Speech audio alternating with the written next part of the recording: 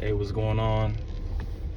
Just got a call today from a friend of mine. We work the same type of job, same industry. But it looks like he's gonna be getting laid off here pretty soon. And thought this was crazy, man. So I'll run through it real quick. He hits me up. He's like, man, I'm in distress. He seemed real stressed about it. Hey, I'm gonna lose my job. My company's gonna be closing up. I'm gonna have to find something new, which is normal. It happens with dealing with automation and all that, conveyors and stuff. That's what we work. That's our job. So he's like, yeah, man, but I don't know what I'm gonna do. I gotta pay this rent. Or he said mortgage. I pay my mortgage. I got my car payment. Man, I got this stuff. I got things to take care of. Kids. I gotta pay for daycare. I don't know what the hell I'm gonna do. And to me, nice.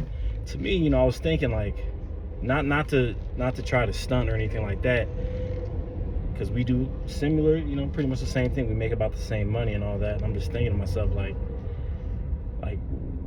what have you been doing?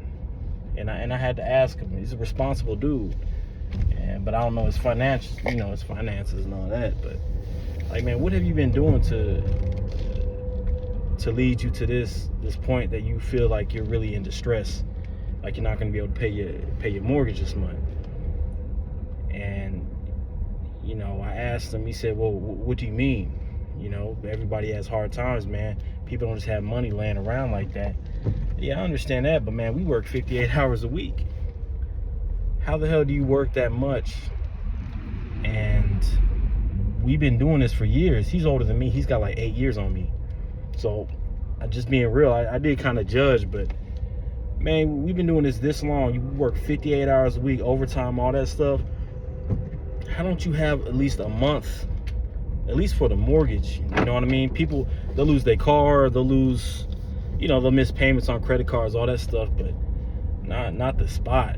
You know what I mean? People don't usually lose their spot. People usually gonna make sure they have a roof over their head. So I thought that was kind of nuts, and it got me kind of thinking about, further into it.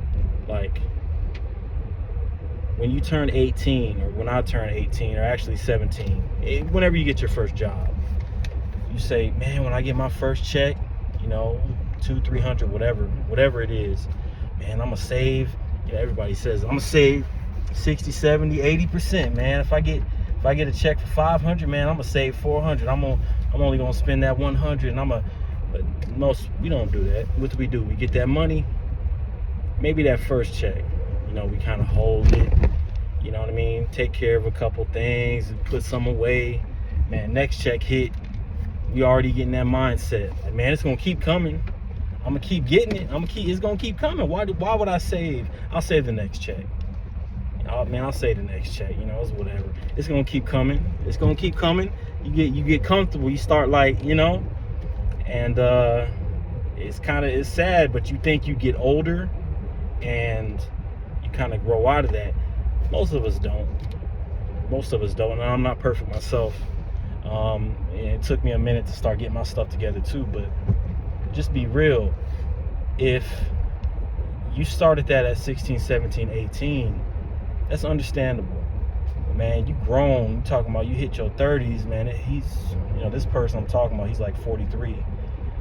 You get to that point, you should have your shit together by then. At least to some extent. You married, you got kids, all that. You should have your stuff together, Like, we working this much. That's like working for free. That's pretty much like working for free. If you get into a bad situation or you lose that job and you don't got nothing for it, you might as well say you never had the job. To me, that's the equivalent of never even going into the job, never working, never getting a check.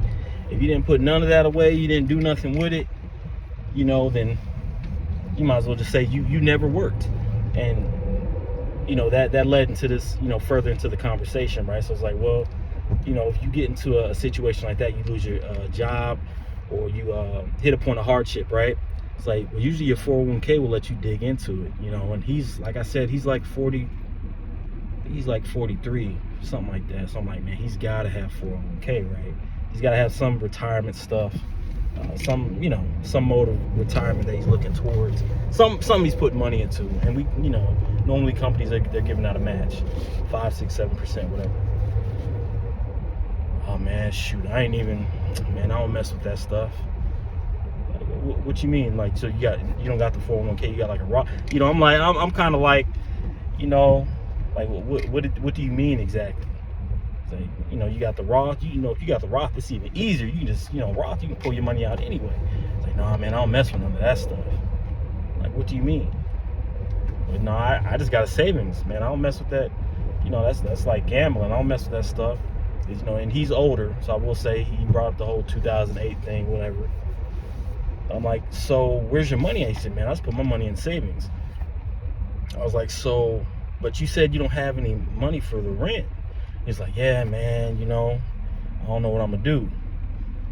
Going in circles. I was like, wait, so sorry, man, because I'm not. It's like you got a separate account you can pull from. You saying? He's like, no, I don't have any money right now, man. I just said that. But you said you don't deal with the 401ks, but you can pull the money from savings. But are you saying you don't have any in savings, so you don't have nothing to pull? It's like, yeah, pretty much, man. I don't know what the hell I'm gonna do. My wife ain't working right now. She got an injury, this, that. I'm just like, damn. That's it's sad, but it's common. It's not like, that's not really taboo. That seems to be the norm, to be real with you. Most people, they don't really put money away.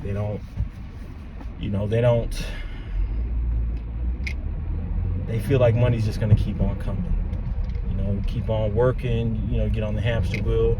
You work, that money's gonna come. You work, that money's gonna come. And, a lot of these companies too, they won't tell you when they're closing. He didn't know that. You got to be prepared for stuff like that. Like company IMI shut down, and I just say that because that's close to my industry and everything.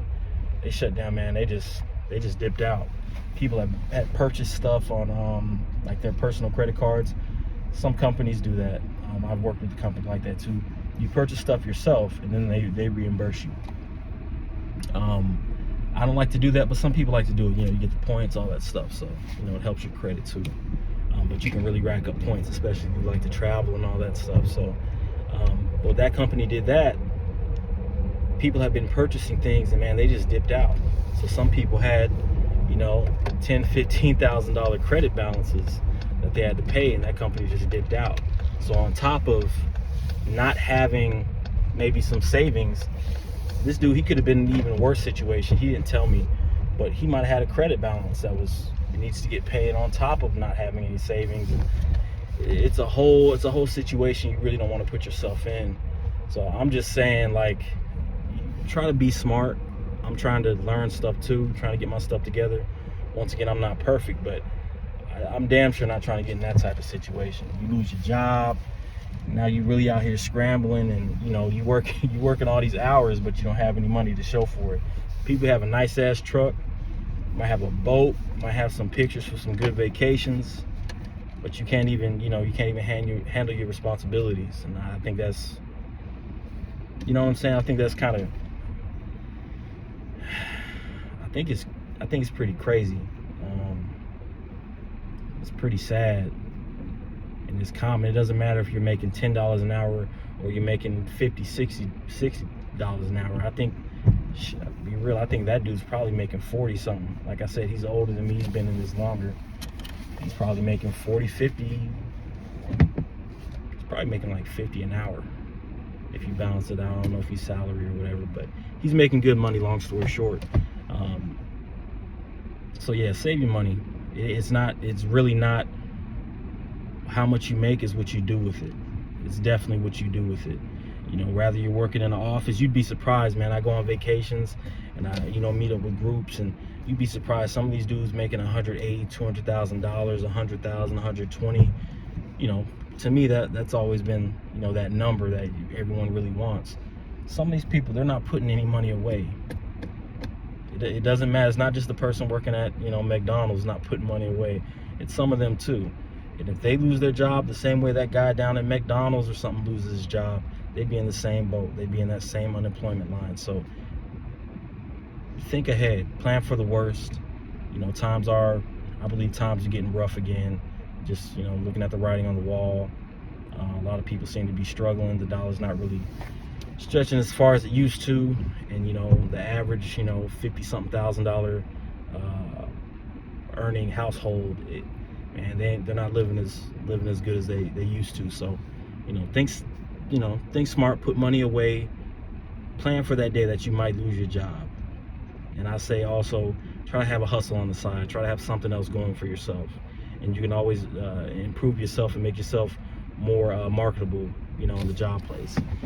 And just because you're working for a company, don't look at it like that either. Man, I'll never work for this, that. You're working for yourself at the end. You sign a contract. You can leave, come and go as you please, continue with that contract or end it. But in the end, you're working for you. You're not working for somebody else. If they don't have exactly what you want, ask for it. If you don't ask for it, you won't receive it. They need you, same way you need a check, they need you to keep things running, all right? So have a good day, plan for the worst. And I hope that doesn't happen to anybody, but, just think ahead and, take heed, and please listen to the story and, let it work on you. And I hope it helps you make some good decisions. I'll see you in the next one.